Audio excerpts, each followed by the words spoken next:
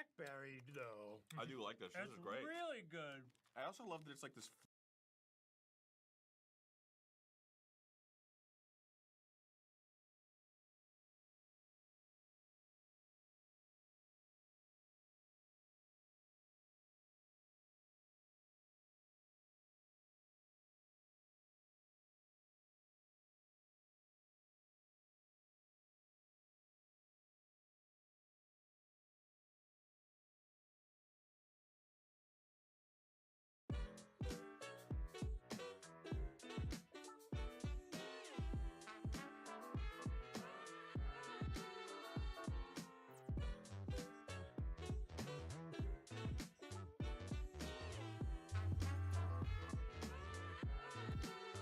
Okay. Okay, that was embarrassing. I was just silent for a good minute. Yeah, that was. Wow. What a mistake to make. All right. Anyway, yes. Now you can hear me. Great. Um.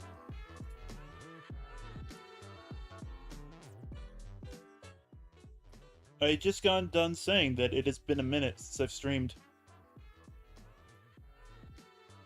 Like a whole full minute. But I'm here now, ladies and gentlemen. Yeah, no, it's been interesting. The state of the world, the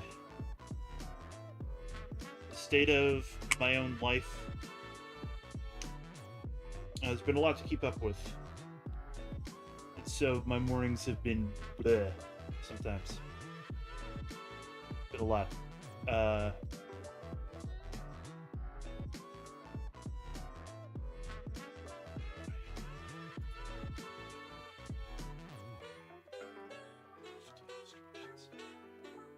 Sorry, talking into my breath about something. Don't worry about it.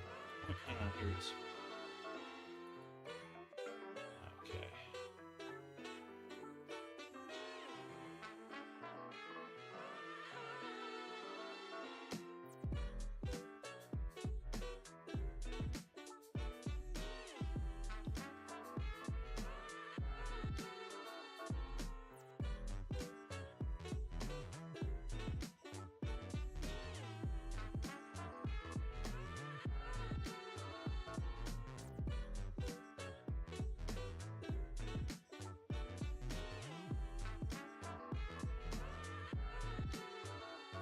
Alright, here's where we were.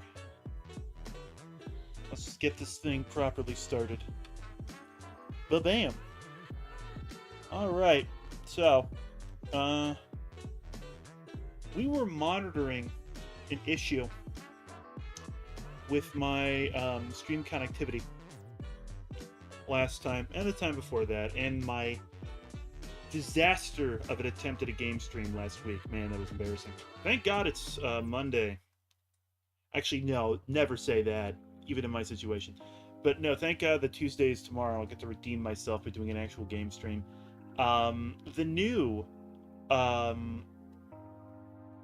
war bond for Helldivers is out.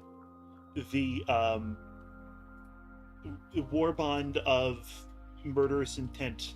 It's not called that. It's called Saviors of Democracy. I think it's like it's sort of a zealot themed war bond, religious zealotry.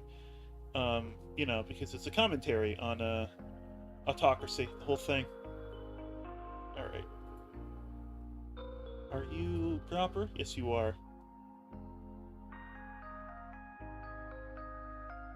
Wait.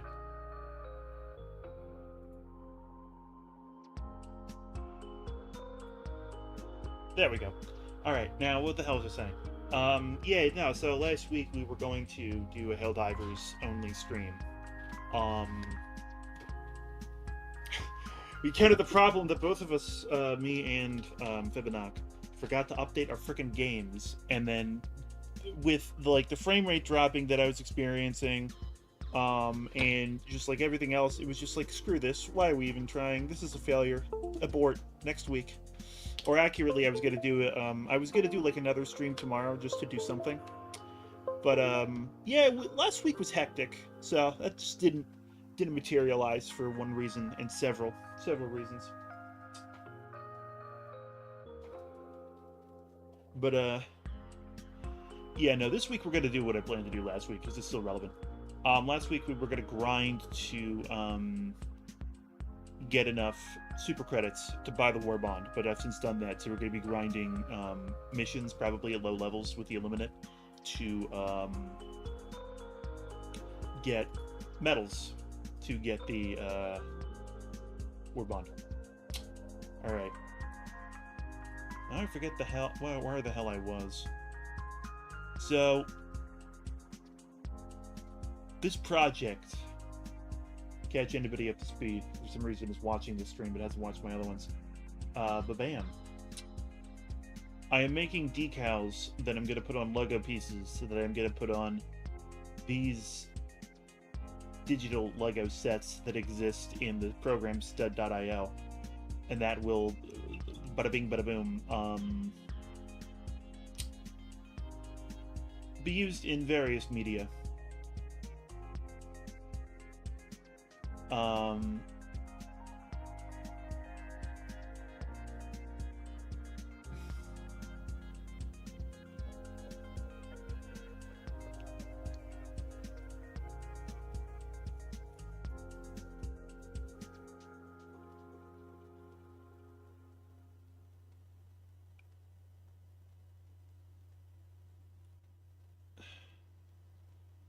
So what I've got to do is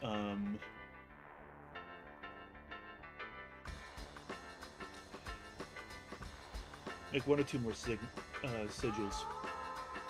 What have we got here? We've got the national emblem.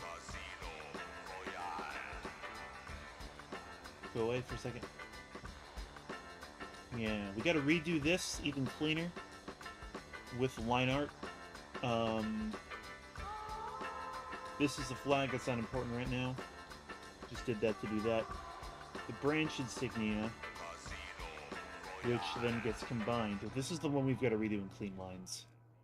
We got to do it along the lines of this, but this is what's going to actually go on the shoulder of our boys here and girls. Let's not discriminate. Unlike the current defense secretary. And we've also got this symbol, which is going to go below it, and this is the idea. This is the unit kind of like platoon or division level symbol, you know? This is the part of the branch that they're in. So yeah.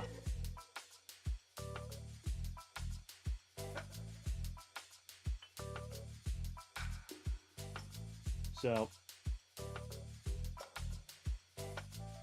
this is the one to work on the most. Now, here's a question. I've answered my question.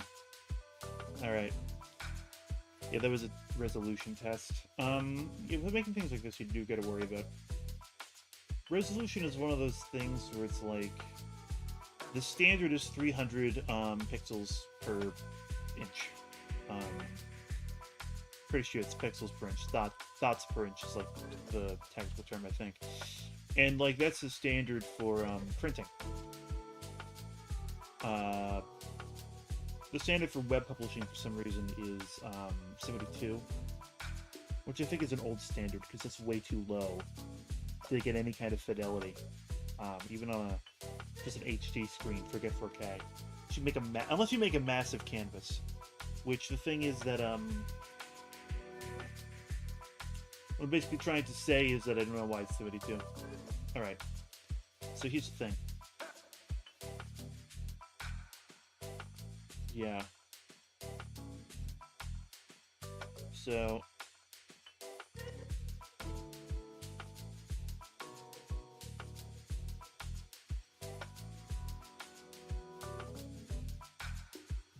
this is what I need it to look like.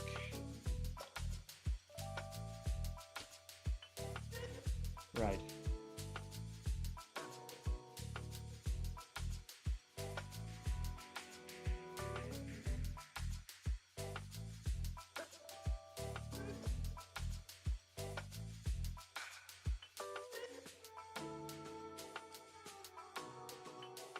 If I recall correctly, we were on a grid when we made this. It's been like a week, man.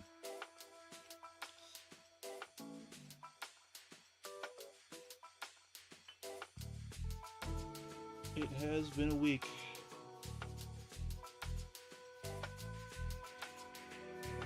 So obligatory talk about the Super Bowl out of the way, because I didn't watch the Super Bowl.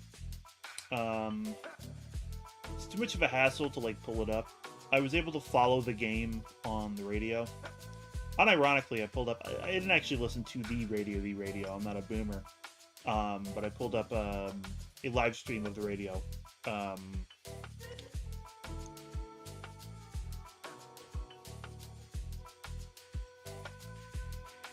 Via the internet, and I listened to that, and that told me everything I need to know.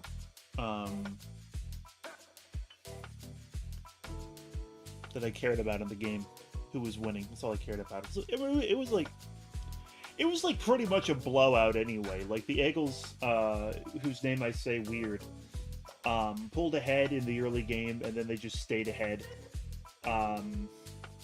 The Chiefs, like, you know, it was clearly a situation where the Chiefs were banking on playing it easy in the early game and then coming back in the late game. But the Eagles pulled too far ahead in the early game. Like, premature celebration is always bad, but the Eagles were dumping their Gatorade before the clock had even run out, because it's just like, they were up by 20 points. More than 20 points. It was like 2 minutes left. Like, what is even gonna happen? You know what I mean? What could the Kansas City Taylor Swift boyfriends even do? It's the name of the team, by the way. They don't often talk about that, but that is the actual name of the team, the Kansas City Taylor Swift boyfriends.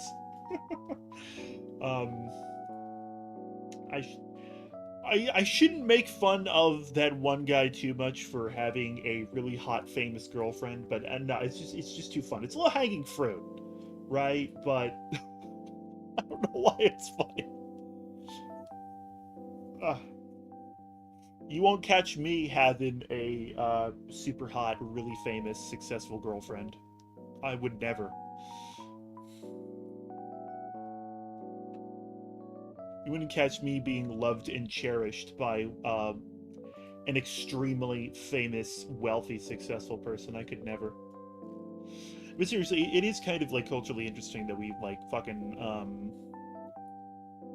make fun of that guy for like fucking all intents and purposes.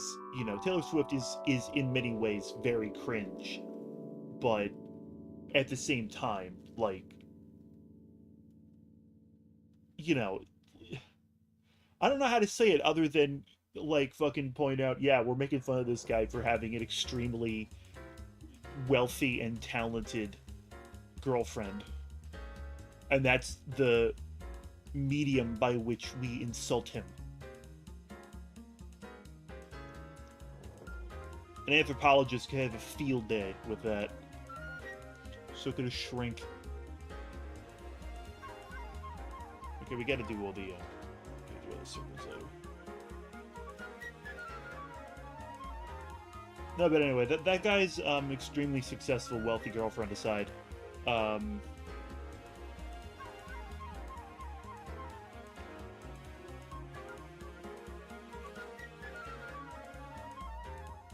it was fun to see the Chiefs lose. I was rooting for the Eagles, whose name I say incorrectly, just because, you know, I think I've given away at this point that I'm from their hometown. I'm from the hometown. It's literally outside my window.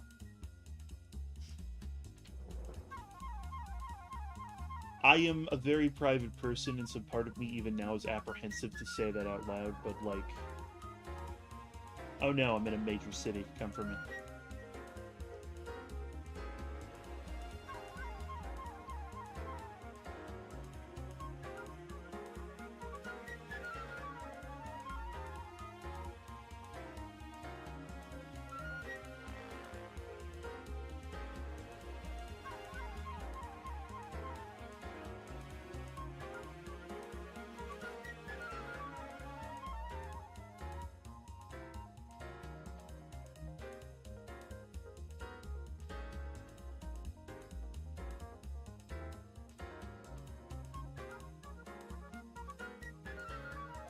Anyway, it's interesting. I've like been posting for a while, and I'm still nervous to talk about certain things. Like, they say don't do it. They say remain as private on the internet as possible. Like, I'm probably not going to show my face anytime soon. Who am I kidding? I've already shown my face on this channel. You can go back and watch my own videos, and there's my full frontal 2021 face. My face has changed very little since then. You could pick me out of a lineup. The Panopticon cometh, you know? What are you gonna do? Okay, here's something we have to decide. Am I gonna do rounded corners? Let's for a moment turn you off.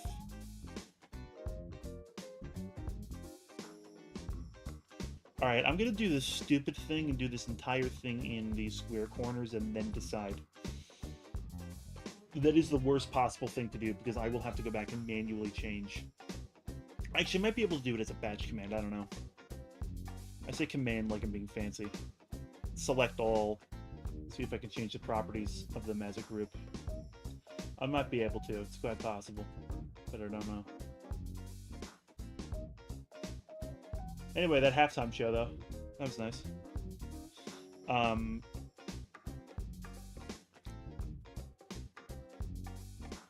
Kendrick Lamar is interesting because he's... the man is a rapper's rapper. He is immersed in that medium because in many ways it's modern champion. But at the same time, he has like so much pull and so many accolades that you don't have to be a rap fan to know his music. I mean, the guy's won a Pulitzer, for Christ's sake. I know about Kendrick. I've listened to Kendrick since Good Kid, Mad not Good Kid, Mad City, since To Pimp a Butterfly.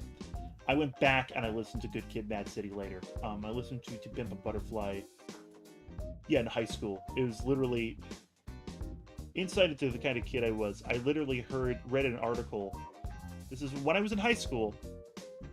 I read a news article about President Obama saying, "Yo, this T-Pab album is pretty good, though." And I was like, "Oh, hey, the rap album is endorsed by the president. Let me give it a listen." And then I did, and it was like pretty good. And then I went back and listened to it again, and I appreciated it more and more with every listen. And I was a dirty little album skipper as a kid. And so there were songs on the album that I didn't like listen to all the way through. I kind of like skip past them to get to the other ones. But eventually I did go back and just listen to everything all the way through. And so it was several listens through before I actually got to the point in Mortal Man where Kendrick is using archived audio of Tupac to like have a conversation with him. And so that like that was like a fucking blew my mind moment. Especially because like I thought I knew the album, but I didn't. But anyway, no, that was my first Kendrick experience. And then during college, I listened to Good Kid, Mad City, and then Damn came out, and then there was that drought for like how many years after Damn? Eventually, Mr. Morale and the Big Steppers came out during COVID, and so that happened. I have to go back and listen to Mr. Morale again. I always knew that I did.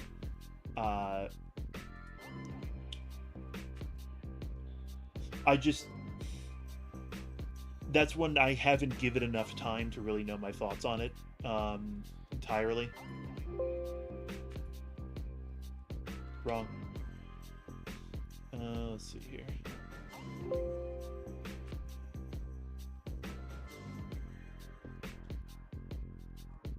I'm making you one by one. Alright, that gets me what I need. What I need is a little dot. Is that dot big enough? That dot is not big enough. I'm gonna make the dot bigger.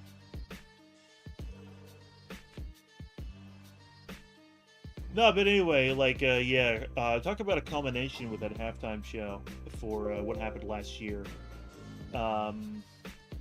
He is, in fact, the biggest hater. It was a nice kind of like tour of his recent discography, including the beef. Yeah, because you had stuff from GNX. That was like the main thing he promoted. And then some stuff also from Damn.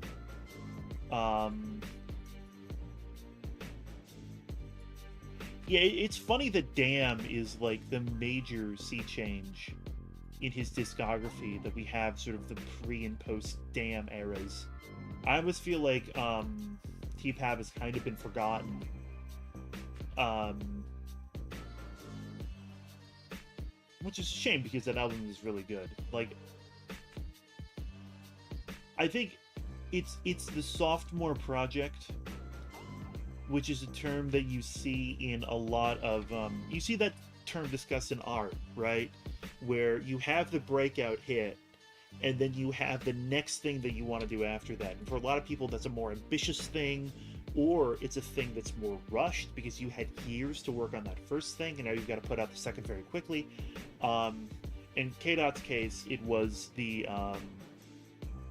first one. Like, T-Pab was the much more by a wide margin ambitious thing, and it actually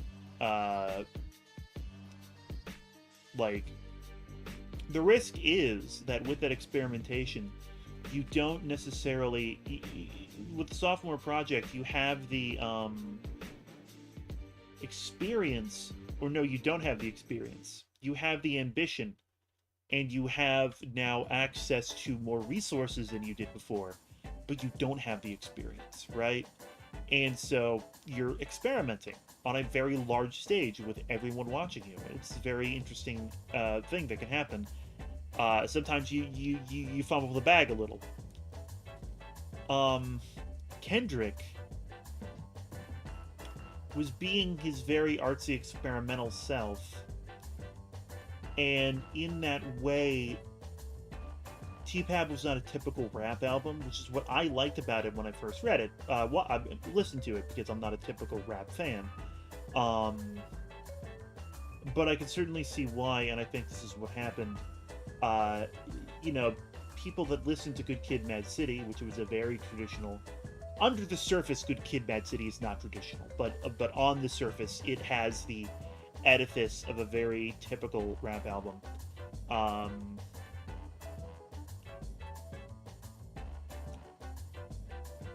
Yeah, they didn't necessarily vibe with T-Pab. Again, it's a freaking shame. I think that eventually there's going to be a freaking T-Pab renaissance where people are going to come back to it and they're going to be like, oh, why did we ever say anything bad about this album? We're now going to fall over each other to sing its praises! That's going to happen, like, you know, especially, pardon me. That's going to happen, like, I don't know, like, 10 or 15 years from now when... Especially if K-Dot ever officially retires and, like, actually officially retires and doesn't just go into a multi-year hiatus like he's done. Ever officially retires and people that talk about him really get starved for content, and they have to go back through his old discography to keep, you know, talking about him and keep their own careers as analysts relevant. You see that with fandom. There's the kind of content cannibalization, for lack of a better term, where, excuse me, the fandom, starved for new things to talk about, will go over minutia and memes, and will eventually kind of just sort of... Content collapse is a better term for it. It'll kind of just, like,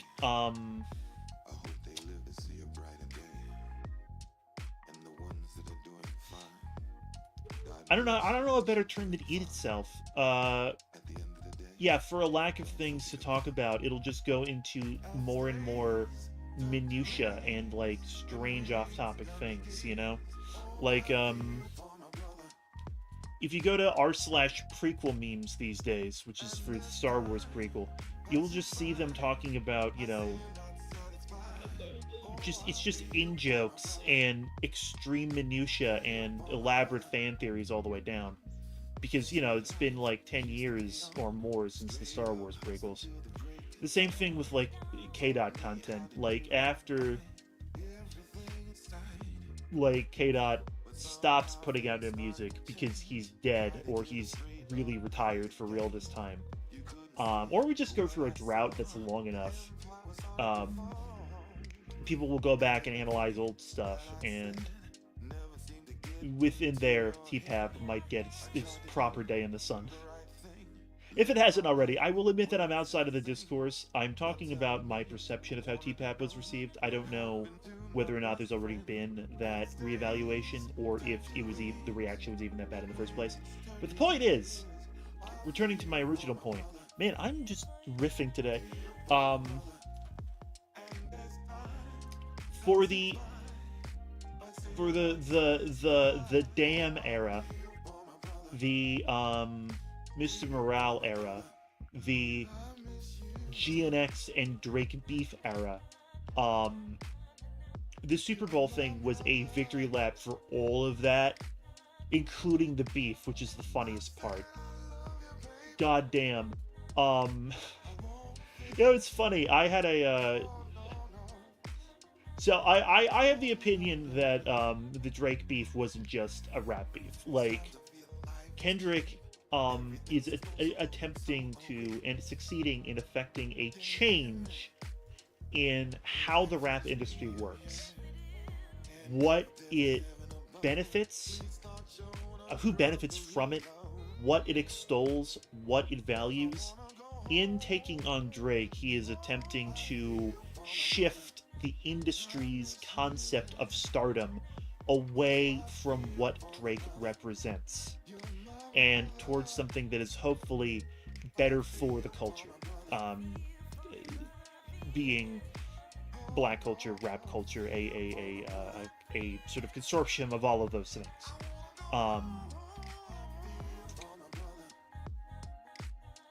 I think he's succeeding in that. I mean, like, fucking literally, he had the crowd of the Super Bowl roaring to trying to strike a chord, and it's probably A minor. Like, you don't get. I've been honestly just like thinking about for a long time, and I might even put a video on this channel that's just a PowerPoint that I've already put together of just me going through some of the rhetoric, the rhetorical elements of Kendrick's performance in that rap beef, because rap beefs, like, there is a rhetorical element to them, because of course they are. It's an argument between two different rappers. It's disses, it's showing off lyrical skills, but it's also public rhetoric, you know. It's an argument in favor of you and against the other guy. And yeah, K-Dot's rhetoric in that beef was like on point. His grasp of the public messaging was on point. His grasp of how do you get a message across to even the people who aren't paying attention is on point. Let's think about the repetition. Like, he's done at this point. He put out Not Like Us. It was Not Like Us was written as a club banger, so it was played all summer. It was played on the radio. They had to cut out the part where he says the word PDF for reasons, but that's why you've also got A minor in there. And like, that was on the radio all summer. Then he does the music video as well, which got a ton of attention and hype. And now he's doing the Super Bowl, where he's got an entire chord, again, an entire, like, stadium rocking along to, it's probably A minor. Like, clarity and repetition in message, that's the thing. I have friends who are completely outside of the rap game. I have a friend who didn't know it, like, was so outside of the loop. And to be clear, this is not unusual. My friend is not unusual for this. They are normal, okay? Everybody else is the freaks. Didn't even know about the beef until I explained it to them, like 2 days ago. I went on a little rant recounting what happens. Sorry, I'm stretching. Alright, we got the lettering. We just have to do one more little dot.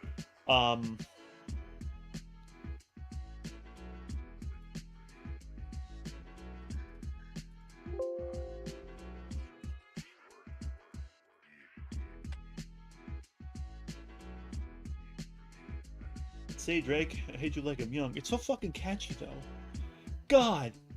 Oh my god, it's so good. In terms of it's a permanent spear. It's a permanent smear. Okay, Drake is never ever going to live that down. There's nothing he could do. Well, actually, no. There's one thing he could do. He could clear the logjam of this curse upon his name if, and only if, he put out really good music.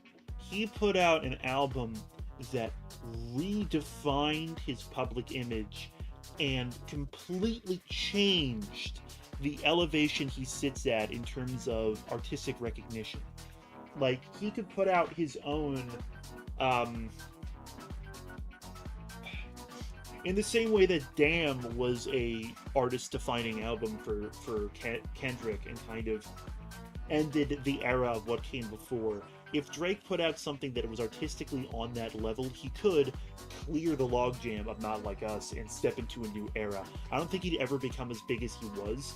That would be what he was going for. He would need to be basically conceding that will never come back and embracing a new era, a new identity, a new place for himself in within culture. In general, right? Like, he can't the old Drake has been killed. The question now is, can a new Drake emerge? I don't think so. I don't think he's capable of that. I don't think he's ever been capable of that, for numerous reasons. Excuse me.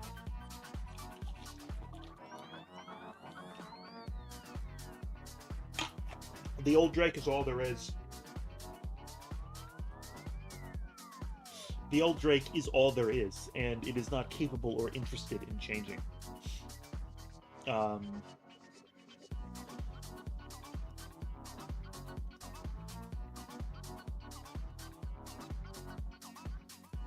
might be wrong about that. Like, it's possible. Like, basically, Kendrick has won, and the only way Drake can come back is by conceding defeat and changing himself massively.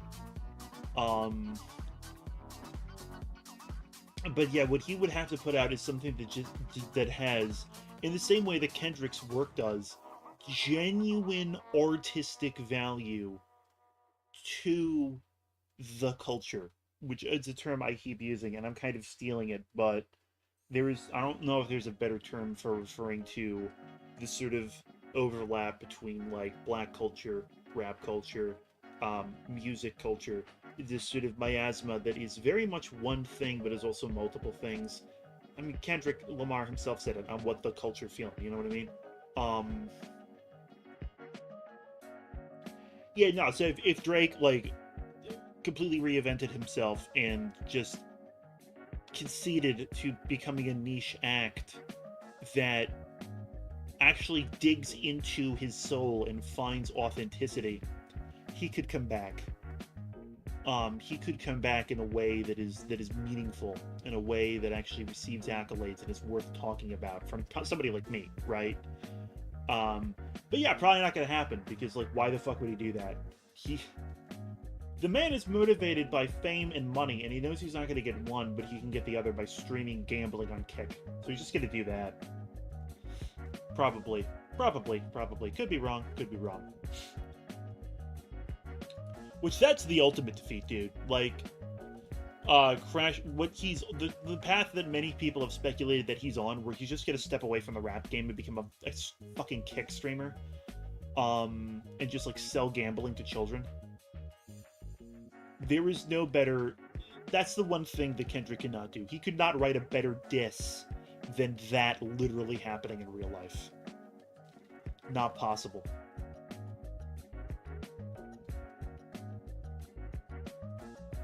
It'd be less insulting if he turned up in, like, a... You know the scene in the movie where, like, you know, the hero wanders and he finds his mentor, and his mentor is drunk in like a shack, like drunk in a tavern. Everybody freaking hates him. It's like, oh god, this hobo guy. Yeah, get him out of here, young hero. He brings shame to my business.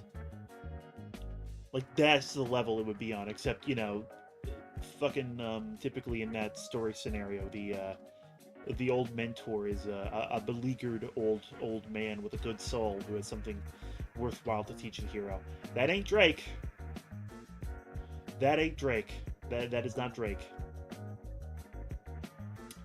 Drake does not have anything to teach a young, aspiring rapper. Kendrick has seen to that. Seeing that the world knows that that is the case.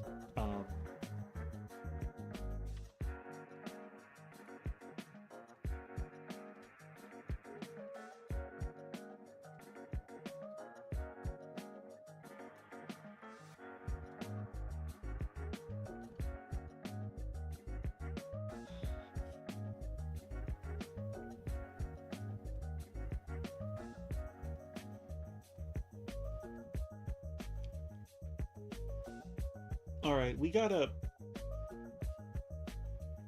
Here's the thing.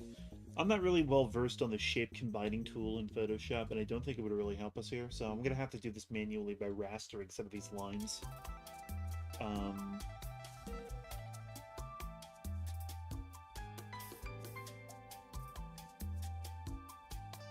This is gonna be it for this stream, just diatribing about the Super Bowl and doing a line art of this, probably. You know, put in a good hour.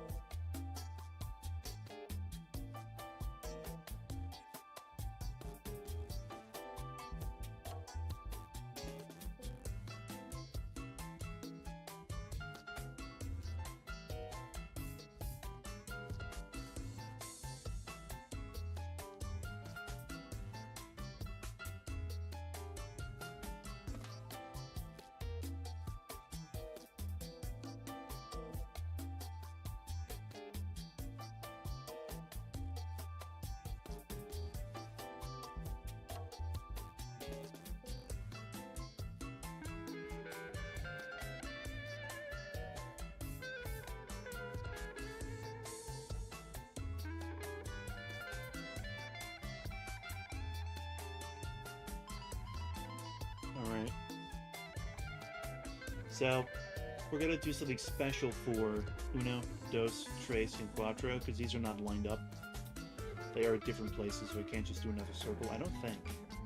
Can I? Well, no, I can't because, keep in mind... Where is he? This little boy... No, actually, no, he's not interfering with that.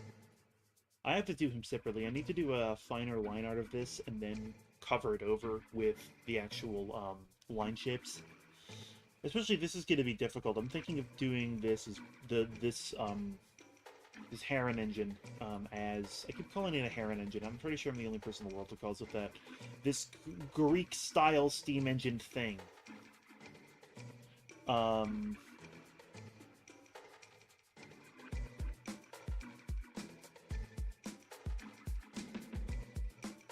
Yeah, doing that as,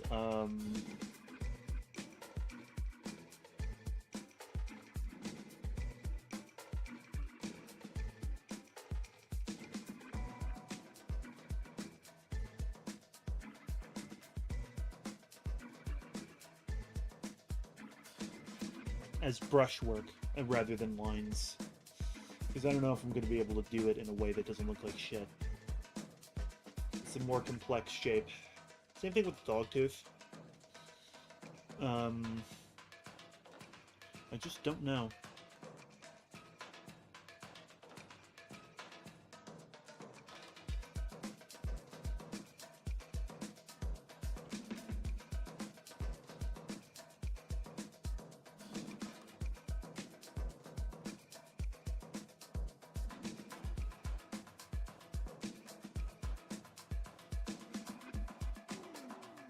I'm thinking about the... My mind is drifting back to the beef. I'm thinking about that opening soundbite in Euphoria. So... Like, the beef was interesting because it kind of grew to a fever pitch over time. It started with some, like, one-off lines on, It started with some one-off lines from Kendrick and Drake on different features, on different songs. Kendrick did some features with, and then Drake had some songs where they were trading lines back and forth, but just the lines. What am I doing here?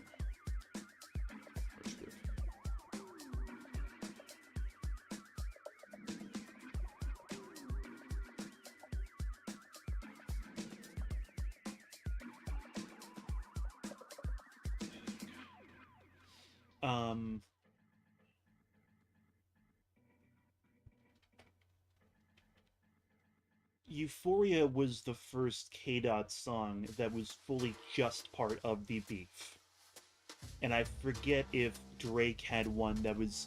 Because Drake, I think, had a dedicated beef song, but the thing was that other people were beefing with Drake at this time, and so his first song was taking shots at everybody that was coming at him. And he was like, yeah, I'm taking everybody on and winning, so what? And then K-Dot's like, no, you're just fighting me. That's what's happening now with Euphoria. And there was that first soundbite that was in reverse. It was backspeak, right? It was a soundbite that was reversed, and so you couldn't tell what it was saying unless you went back and listened to it. And it was Richard Pryor in The Wiz. I think it was The Wiz.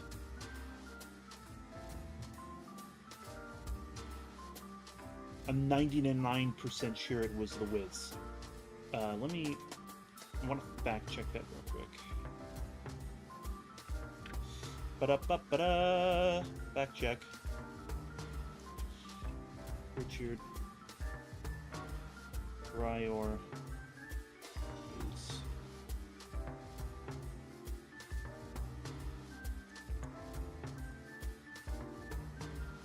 Okay, that was him in The Wiz.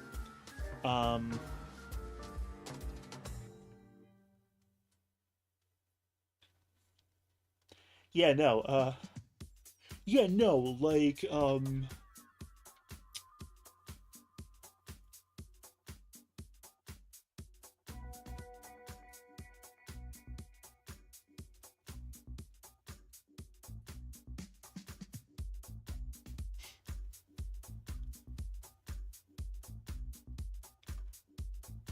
I'm just thinking about what a power move doing that as back talk was. Because the phrase was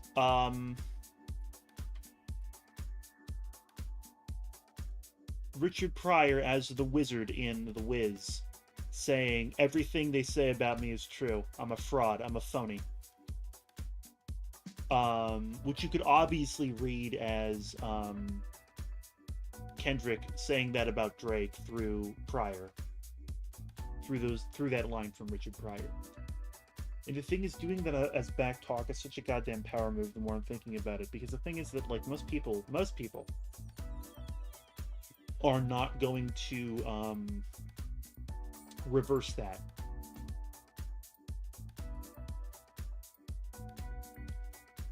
Most people just like, okay, that sounded weird, and they're going to move on. Some people are going to go and they're going to listen to that in reverse and hear it. Anybody analyzing the song is going to be doing that. Which the thing is that somebody like Drake has to analyze the song, because it's his job to respond to it. He's got to analyze it as much as he can in order to respond. It's a secret message to anyone willing to look for it, but including to Drake, and that's a power move. He's not making that part of his argument. He's saying that as a warning specifically to, like, the more involved people, the stans, the fans, and Drake himself.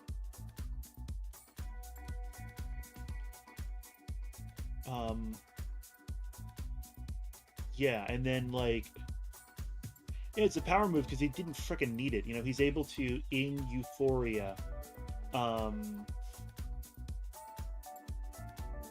make the case that Drake is a fraud and a phony pretty goddamn well.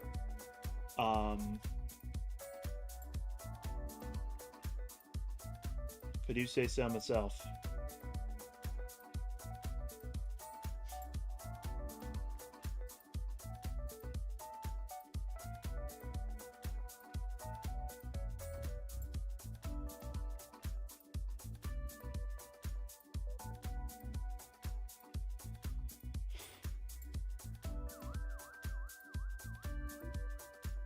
Yeah, don't beef with Kendrick Lamar. I remember when I first heard that the two of them were beefing. I didn't hear about the beef until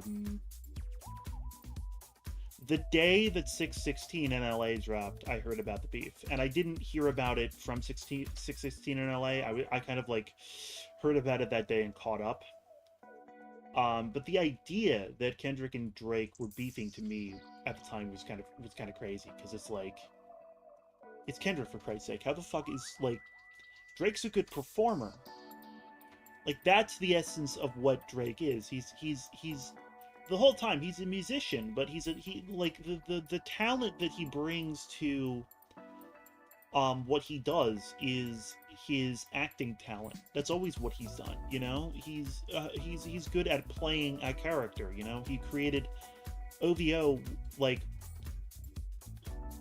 Drake was a persona, you know, that fucking Aubrey, or whatever the fuck his name is, put on, you know?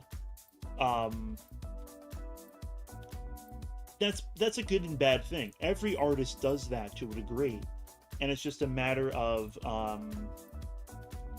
how involved are they in it? What does it mean? What does it represent? What are they doing with it? Kendrick, obviously, puts on a persona, you know, when he does his thing. His persona is a lot more real. It's a lot closer to how he is in real life. But there's differences between the Kendrick that we see on stage and the Kendrick who is a real person walking around Los Angeles getting, I don't know, a bag of chips or whatever the fuck Kendrick eats. I don't know. But yeah, no, the acting has always been Drake's strong suit. Lyricism, the fundamentals of a rap battle, have not been. You know, like, he's like, the ghostwriter allegations are not new. Like, you know, it was a thing that Kendrick brought up in Euphoria as a diss. It's true. It's still kind of shameful in the realness and authenticity genre to not write your own raps.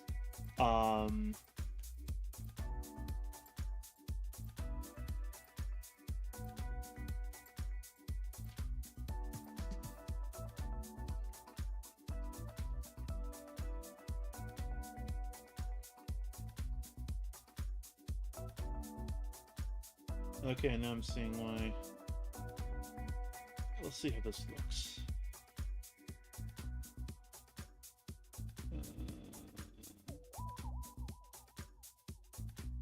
I just realized I don't have to resize this. What I can do is, I think I could do this. Excuse you. I think I can do this.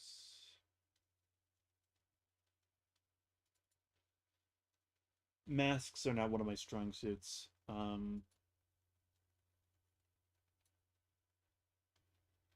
have no idea what I'm doing.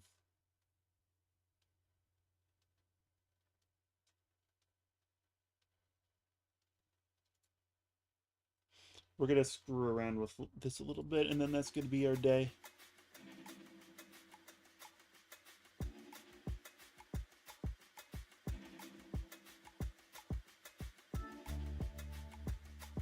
Is that doing something? I don't even know. Okay. That did nothing. Alright, screw that. I need to, like, actually, screw you. I need to actually, like, look at a frickin' tutorial of the basics of using the mask layer. Never needed it, for the most part. Probably could have benefited me at some point.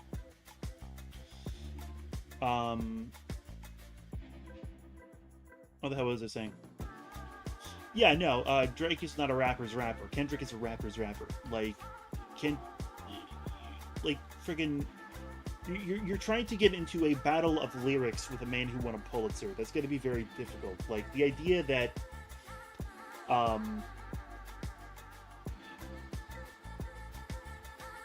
like Drake was even responding to Kendrick was surreal to me at the time. Like, if Kendrick Lamar wrote a diss track about me, my response would be, "That's very true, Mr. Lamar. I'm gonna go I'm gonna go think about that. I'm gonna put in some time contemplating what you have said. I'm gonna take it to heart and improve.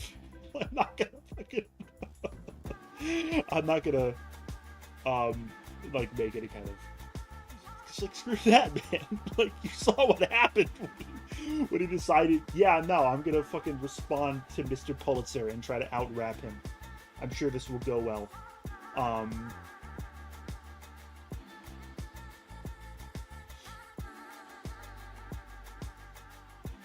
Literally one of Drake's disses. In one of the... This is how you knew that Drake was, like, cooked. One of his disses in one of the later songs that was dropping when the beef was getting, like, really bad and everyone was paying attention was Kendrick just opened his mouth, "Someone hand him a Grammy right now." And it's like, yeah, dude, they are! Why is that your insult? Because the veiled thing here is that, the veiled implication of that diss is that Kendrick's playing on easy mode because everybody just loves him and falls all over him. And it's like, yeah, that's true, because he's earned it. Because he's that good, Aubrey. He's that good. And you're pointing to that. And then Kendrick won 5 Grammys for the song that called Drake a goddamn pedophile. Which is not a word I should say on YouTube. We'll see if the video gets struck. But anyway,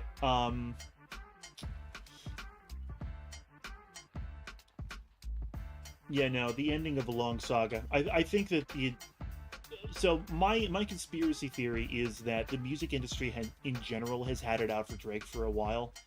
And this was kind of a culmination of the efforts of Kendrick mostly. Like, he's the sort of like champion they sent against the hard dragon. His name's even Drake, so calling him a dragon fits. Like, not even a cool dragon, not like the kind of like dragon in D&D that like polymorphs into a hot muscle lady, but the bad kind, the sort of Sigurd in the Dragon Slayer style dragon. Okay, this is finished. So that's the line art of most of the national emblem of the Ionian Union. I'm missing the sunspots, but we don't need to do them for this. But now, to finish my diatribe about Drake, yeah, so there was he had a beef with Pusha T years ago, and that was where the existence of his son Adonis came out, which I think naming Adonis, I don't know if I would have done that, but that's what Pusha T did. And that failed. Pusha took the win, Drake bowed out, but it didn't matter to his overall fame and popularity. It didn't matter to his overall fame and popularity. People were still listening to Drake. He was still able to come out with an album after that and just kind of like cast off the implications of that beef like water off of a duck. And I think that, like, the Pusha T beef, because somebody had to tell him about the kid, right? Pusha could hire a private investigator, could go in from the outside, but I think it was more likely that somebody within Drake's crew, OVO, leaked that information to Pusha for the purpose of ruining him in that beef. The smear didn't quite work. However, I think the people that behind the scenes wanted to see Drake go down took that lesson, and those same people that were working with Pusha were working with Kendrick in this beef. I think the motivation was exactly what you would guess from the things that Kendrick said about Drake. Drake is a culture vulture, right? He, again, not my phrase. He comes in, to rap as an industry, as a culture, and he's doing all these things, he's achieving all this fame, he's rising to the top of the game, but he doesn't pay back, right? There's an implicit give and take with art where not everybody directly monetarily gains from everything they work on. For instance, like, even if you're an established person, even if you're the Weekend, there's still going to be times where you put in free work, where you do things where you are not the primary beneficiary, somebody else is. But the understanding is that you're still going to benefit, right? You're still going to be, if you're the Weekend, and there's a reason why I'm bringing up the Weekend, and you write tracks, you write songs for somebody else's album, they're going to in some way feature you, promote you, have you on the tour. They're going to scratch your back for scratching theirs. The reason why I bring up The Weeknd specifically is that it's kind of well known at this point, very well known, that The Weeknd literally did that for Drake, and Drake did not pay back. And that's a consistent pattern with him. He takes, he does not give, right? He benefits from the culture, but he does not help or improve the culture. In fact, he very much damages it. Because of that, the fact that he's from Canada, the man is an outsider coming into the game and like wrecking it, you know, and honestly pushing it in certain ways for his own fame that are not beneficial. There's the idea that he was kind of a TikTok rapper because he did have songs that were deliberately, the intention was to like get big on TikTok, to be this basically ringtone music, right? Ringtone music for the 2020s. If you don't know, ringtone rap was like the scourge of the 2000s, where you had people rapping over beats, where the idea was that it was going to be sold as a ringtone for flip phones. Like that was the idea. That was like Soulja Boy started this with the Soulja Boy song, the one song everybody knows from Soulja Boy. The refrain from that song was made into a ringtone, and I don't know if this was the first one, I don't know if this was the most prominent one, but this is the one I best remember. There was a lot of other songs like that in the 2000s. Drake did basically the same thing, but for TikTok trends. Did the same thing, and it's like, what is that doing? Because he's the guy on the top. What is that doing to the rest of the culture? What is that telling young up-and-comers that they should be doing, right? They're going to imitate him. What are they going to be imitating? And yeah, Drake's influence was not good for the culture, for the art of it, for its ability to be, you know, something valuable to Black culture specifically, which is the entire freaking point of rap, is to be beneficial for Black culture, in one way or another. And it's like, okay, so we gotta get rid of this Drake guy. How do we do it? I think that a lot of people behind the scenes, including within OVO, for personal reasons, for those more high-minded reasons, have wanted to take this guy down for years. And it took Kendrick. It took Kendrick putting a kill shot directly through the Super Bowl to do it. And it succeeded. Like I said, Drake would have to come back with something. Drake would have to win his own Pulitzer in order to come back from this, and he doesn't have it in him. He's not going to try. But yeah, no, I'm caterwauling. I'm over my time limit. I have to go make breakfast and go to work. But this is what we're looking at. This is 90% of the decal that we're going to be putting. So many lines. Oh my god, so many lines. 70, 80. Okay, there's like 80 lines in this. But dear Jesus.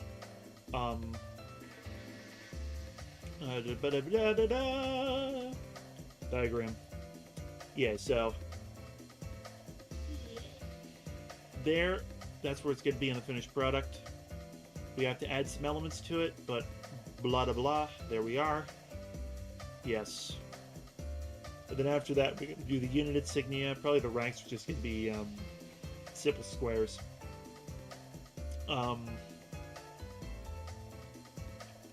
Maybe a little bit of embellishment. This is going to be tough. This is going to be a lot of curved lines. Come to think of it, how am I going to do... Come here, you. How am I going to do this? Because what we got to do is get curved writing in here. because it's this style of writing going around a bird. I think what we'd have to do is, these vertical lines are going to be straight radials, and then the horizontal ones I'm going to have to do is the radius of a circle. The question is whether that circle is going to be an ellipse or not. I think it is. It's either going to look really cool or really, really stupid. Probably going to look cool. Alright. But there we have it. Most of the national emblem of the Ionian Union, which I made up to put on Legos. I love my life. I genuinely. Anyway, the point is, say Drake, I hate you like a mountain. You better not ever go to cell block 1. Something. Trying to strike a chord. It's probably A minor. That is just gonna be